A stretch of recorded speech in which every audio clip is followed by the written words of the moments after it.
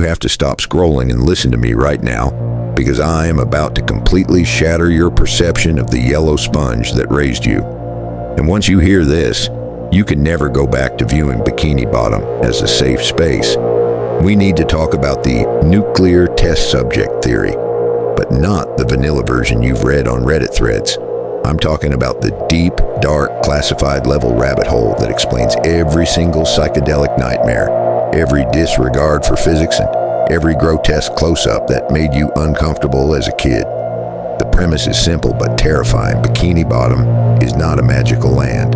It is the irradiated ruins of Bikini Atoll, the real-world site where the U.S. government detonated 23 nuclear devices during the Cold War, including the infamous Baker test, which occurred underwater.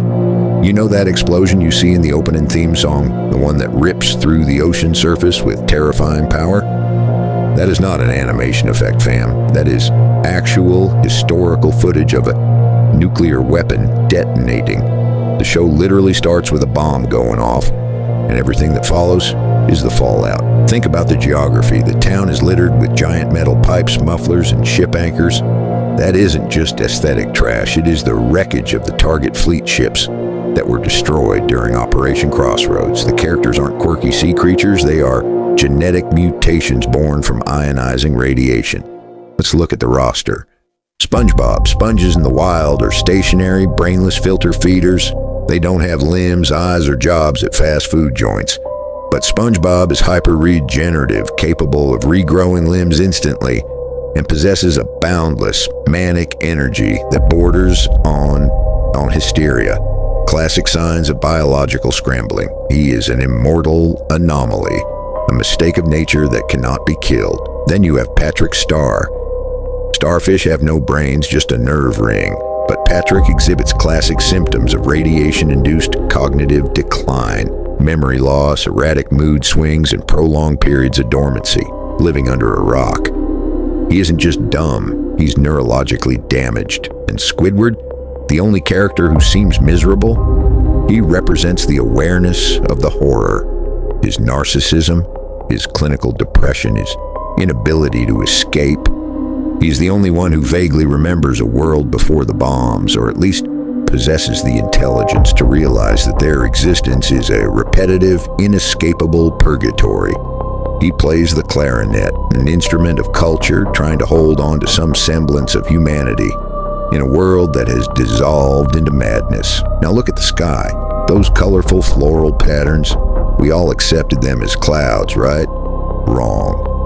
If you look at oil slicks on top of water, specifically the chemical runoff from military vessels, they refract light in rainbow patterns. The sky of Bikini Bottom is actually the polluted surface of the ocean, a thick, impenetrable layer of toxic sludge and oil that traps them below. They are living in a sealed containment zone. And Sandy Cheeks, she's the only mammal breathing air, living in a fortified biodome. She's from Texas, the hub of NASA and military research. Sandy isn't a neighbor, she is the scientist. She was sent down there to observe the effects of radiation on the local marine life. That's why she has funding for rockets, robots, and high-tech suits. She is the warden of the prison, taking notes on the freaks for her superiors back on the surface.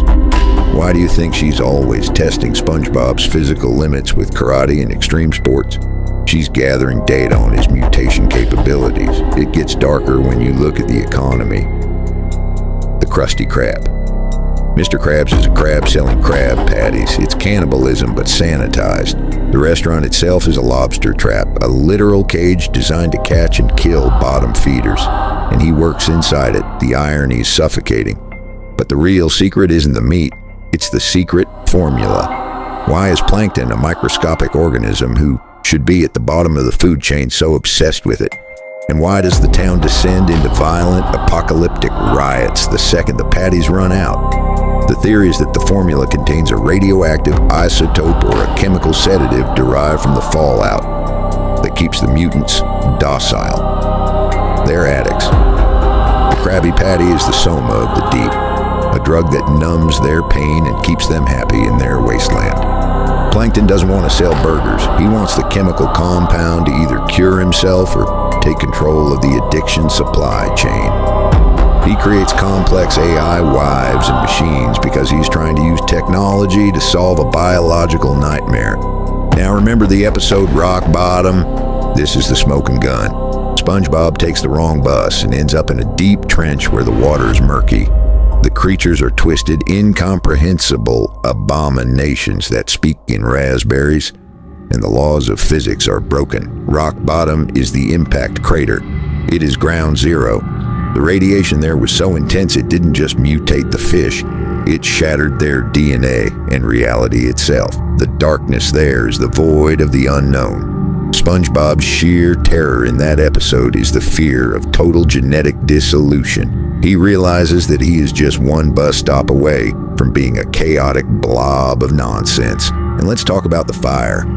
We always meme about fire underwater, but chemical fires, magnesium, phosphorus burn underwater. The campfires in Bikini Bottom are fueled by hazardous chemical waste. They are warming themselves around toxic reactions. It's a society built on the very thing that destroyed them. Even the villains fit. The dirty bubble and man ray, they are manifestations of pollution and radiation. The dirty bubble is literally a pocket of trapped gas and filth. Man ray is the ray of radiation, a humanoid threat trapped in a containment suit.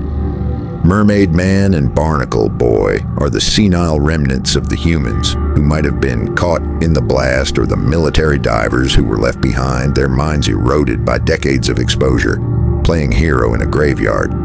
The show is full of curiosity loops, moments where the logic breaks just enough to make you question reality. Like the episode SB-129, where Squidward travels to the nowhere.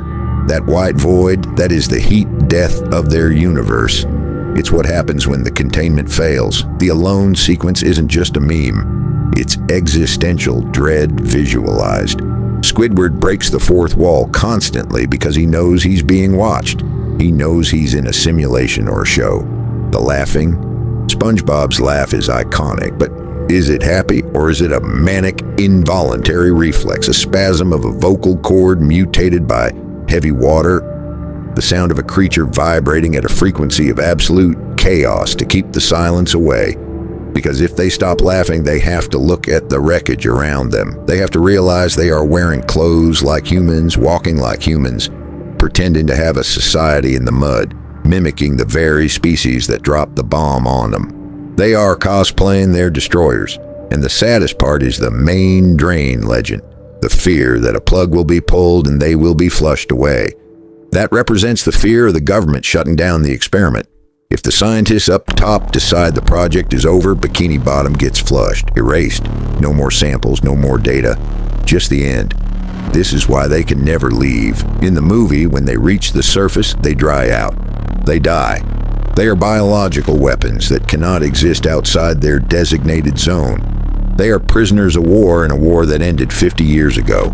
So next time you watch that yellow box run around catching jellyfish, which, by the way, buzz like Geiger counters because they are pockets of raw energy, remember what you are really watching. You are watching the colorful fever dream hallucinations of a dying ecosystem. You're watching the fallout. It's a tragedy wrapped in a comedy, buried under the sea, waiting for you to dig it up and realize that the horror wasn't the ghost of Smitty Bourbonjager Manionson.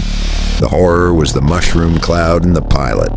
The horror is that they are all dead already and we're just watching their ghosts glow in the dark. It's beautiful, it's twisted, and it's the greatest trick animation ever pulled on a generation of kids.